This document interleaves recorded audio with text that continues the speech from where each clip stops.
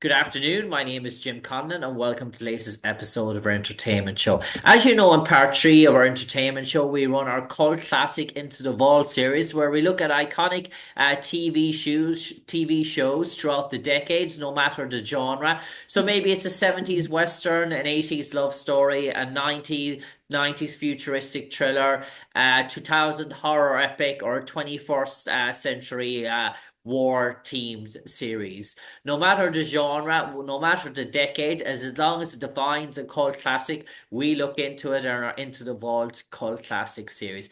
And this month, we're specializing on detective shows. And when we talk about the original Mhm. pioneers of police detective shows, no, we're going back even before Walker, Texas Ranger. We're going back before even Starsky and Hutch. We're going back to the early 70s, dare I say. So long after the likes of MacGyver and Magnum PI hadn't even or originated. There was a Greek bald-headed man who is a larger-than-life character who was made famous by playing the character Blofeld in James Bond. But his big TV series, his big police detective show, was the hit show Kojak, and as we know, the great Telly Savalas. And a Kojak is our themed show and our cult classic series for this month. And we're delighted to speak to numerous guest stars who appeared on Kojak. And our special guest this evening, she appeared in a number of episodes of Kojak, particularly two come to mind. For first episode in Kojak was aired on February the 15th, 1976 cable TV all across America and Canada. Season 3, episode 21, where she played the character Sydney. The TV show was Deadly, the episode was Deadly Innocence. And the second episode, which aired on October the 9th, 1977, season 2, episode 2, A Strange Kind of Love, where she played the character Rita McCall.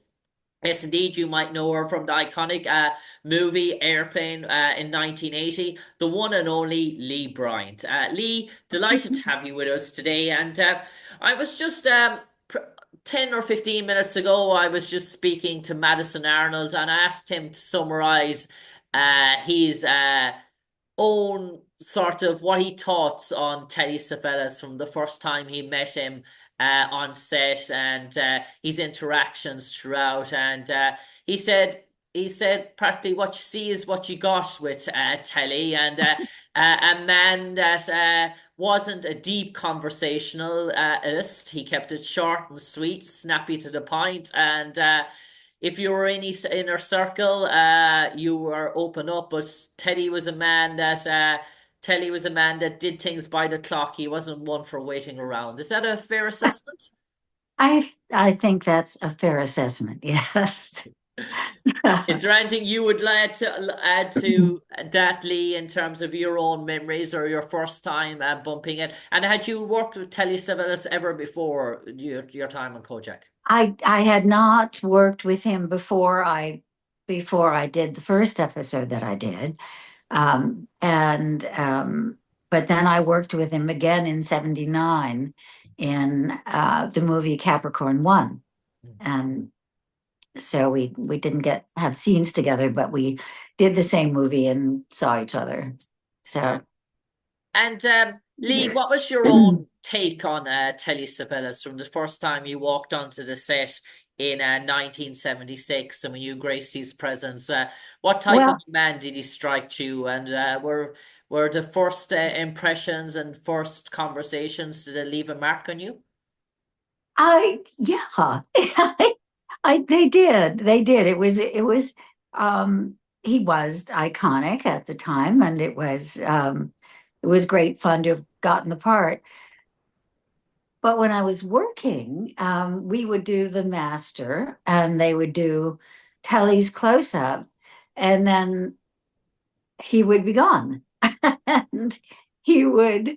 And I was so surprised because I hadn't been working for all that long at that point, but I knew I had worked enough that everybody always, you were there for each other's close-ups. So that was the first time that had ever happened to me that that a star would walk away and the AD was reading his lines to me for my close up. So um, that that was an interesting time. The nice thing was that after I worked with him then, and I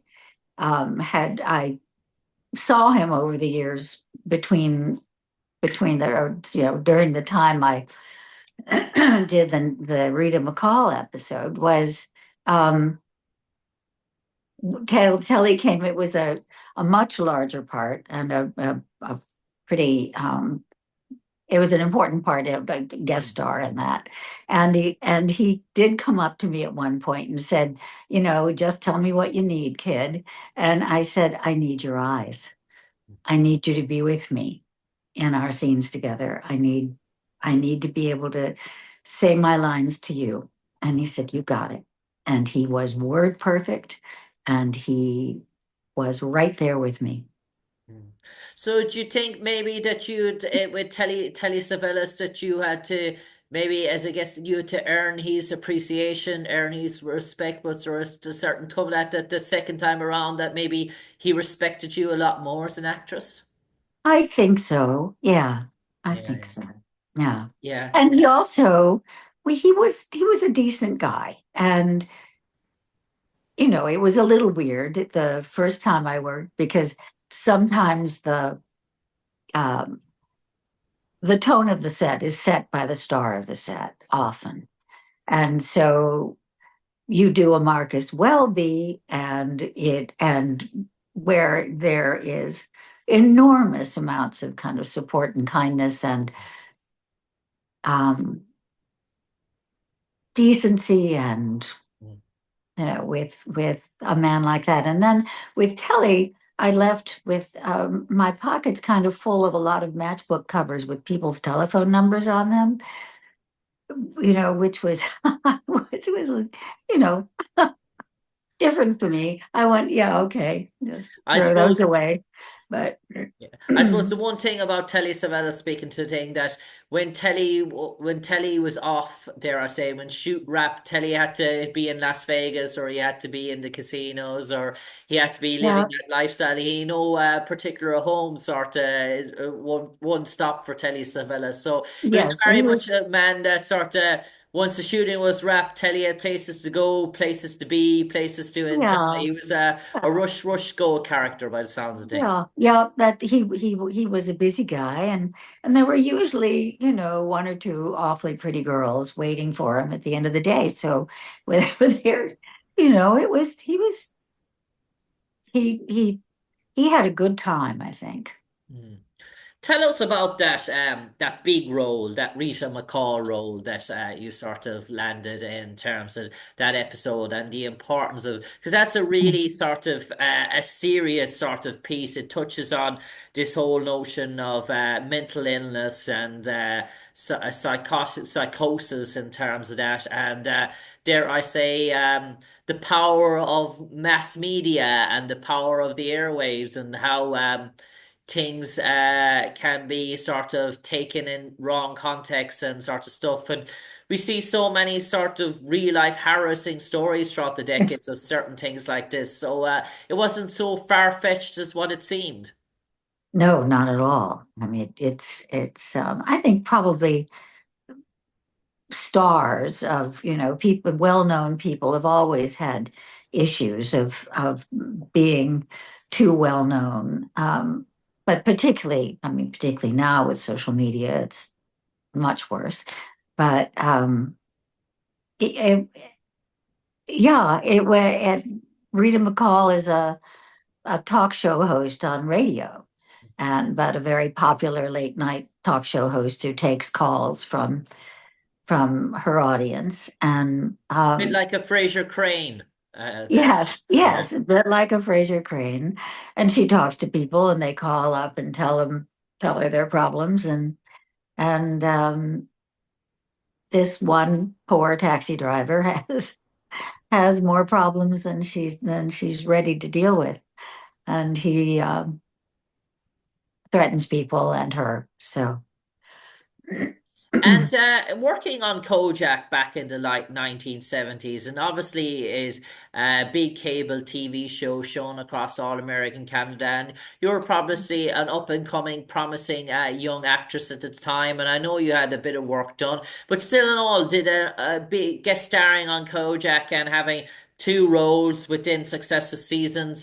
Did it open up opportunities or doors for you that possibly mightn't have been open, do you think? Or do you think you had a good body of work to your resume before you had done Kojak? Well, I was lucky back then and I was working quite a lot. So I think and you always think, oh, well, this one's going to, make a difference. Well, it's just work. It ends up being just a job, but it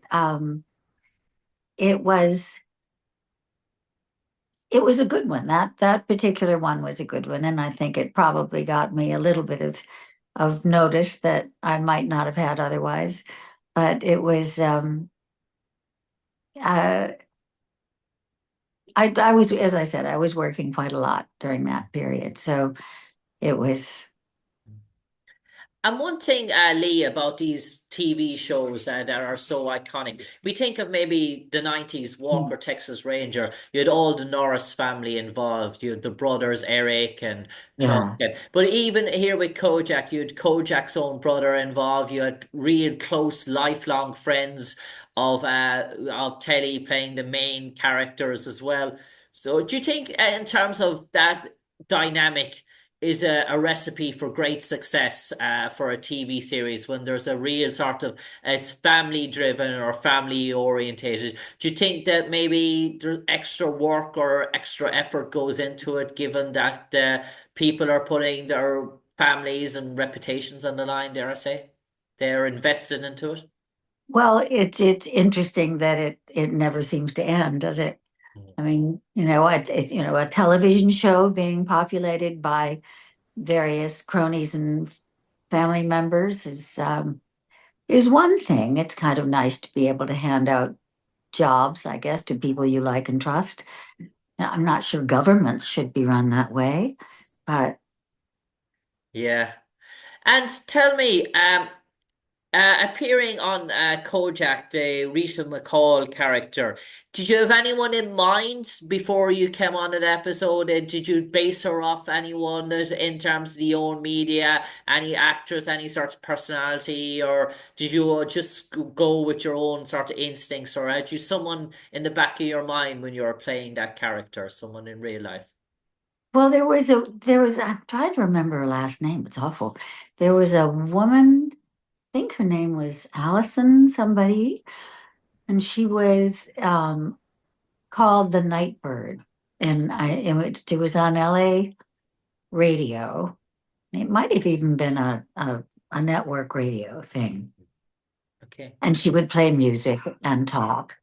And so it, I had her in mind a little bit, but it was a different, she didn't really talk to the people the way Rita McCall talked to people, but she did talk and she did take, I think, occasional phone calls and things. So, And I suppose it's hard to know that Kojak is mhm. not based solely on the success of Telly. We have other main characters as well, other main established characters. Just an example of this is Telly's own brother, George. Did you get to speak to him much at all? They look very different. He's Yes. sort of the plump and heavy sort of character. Yeah. You Yeah. wouldn't tell that they're brothers a mile away. No, a lot more hair. Yeah, yeah, yeah, yeah. And how did you find him, dare I ask, Lee, Oh, he compared was, to he was very nice. Everyone was nice. It was I had a lovely work experience. So And did you feel it was very much a polished set, that everything was slick, smooth operation, that everything, there was no need for maybe three or four takes, that everything was done snappy, precise, that these were guys that were, dare I say, in their element? oh, I think everybody was professional. They'd been doing the show for a while at that point. They It was, I mean, certainly you didn't have a lot of takes, but if you needed another one, that they were there for you and it was fine.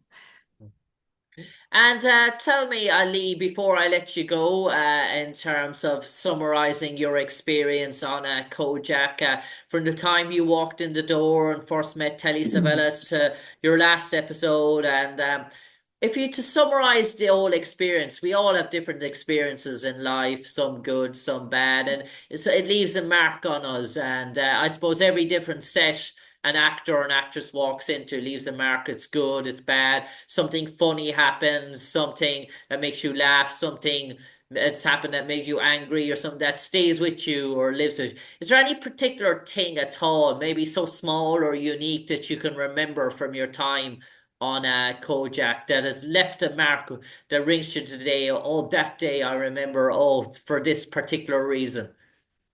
Um, Not really. I think just the fact that Telly was so amenable and gracious about about being there for me when I told him I needed him there. That's always stuck with me. And um, he was a total gentleman and lovely to work with.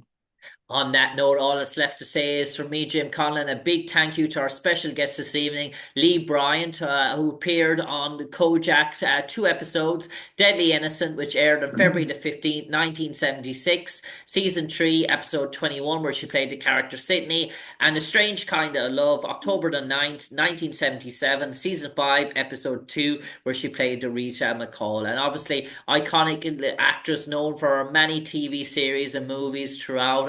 Airplane, one of the most iconic comic movies of all time. But all that's left to say for the moment is from me, Jim Conlan, to you, Lee Bryant. Stay safe, take care, and God bless. Thank you, Jim. Thank you. Take care, Lee. You too.